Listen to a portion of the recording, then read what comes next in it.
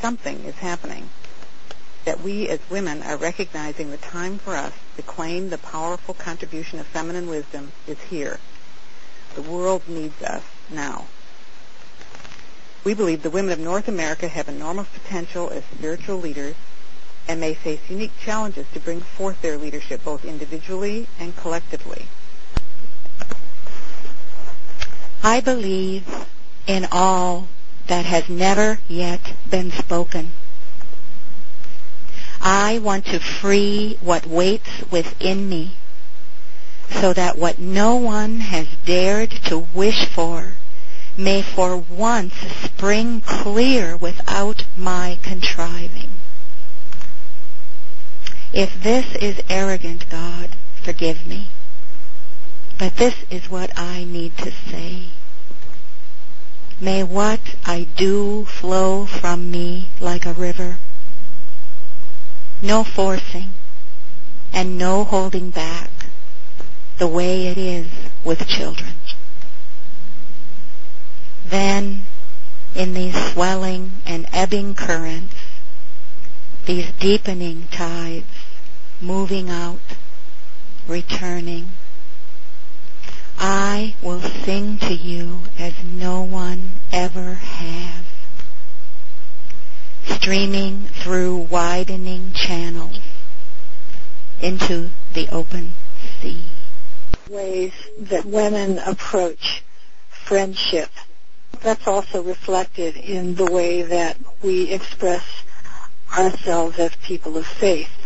I seem to work better when I'm connected to the people I'm working with, whether it's just having a brief introduction or going around in a circle and making sure that I know everybody in the room. One of the contributions that women are making to leadership is actually redefining what leadership means and what success means. There was a huge article in the Wall Street Journal this week about women entrepreneurs. And it was an article written by a woman which described how women entrepreneurs were failing at building successful businesses. And when you read the article, what it said is that men are more successful as businessmen because they are driven by making their company bigger and by being the boss.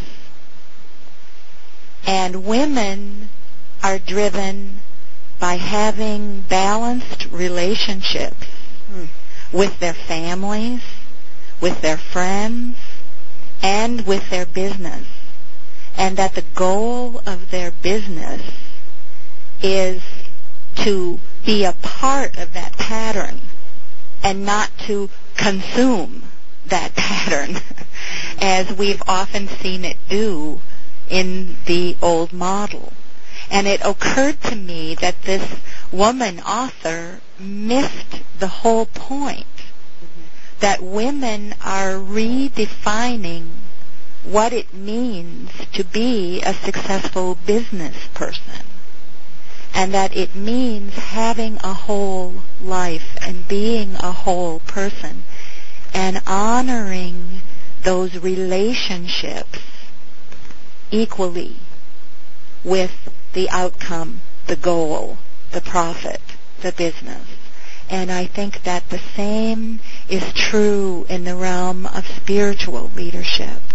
Because I was so struck today by every one of the elements of power that I have observed women using, it was just remarkable. I look at the elements of collaborative change, of pondered mutuality, of reciprocal talk, of nurtured growth. Those are all elements of power that are available to both women and men, but women are far more comfortable using them, and I think, frankly, far more effective. We are moving past way too self-conscious and standing more into our own empowerment, our own power, that when we feel we're looking at something that is out of integrity or dishonest, whether it's a situation or a person we're dealing with, that we feel like we can step up and say something without that feeling that if I say something, that person won't like me. And saying it in such a way not to be unkind, but to be truthful. Not being afraid to use our voice. Finally feeling like I can stand in my own authority. And I don't have to look for someone else to be my authority. And that doesn't necessarily mean that I have power, but that's okay because I know where the source of power is, and I bow to that.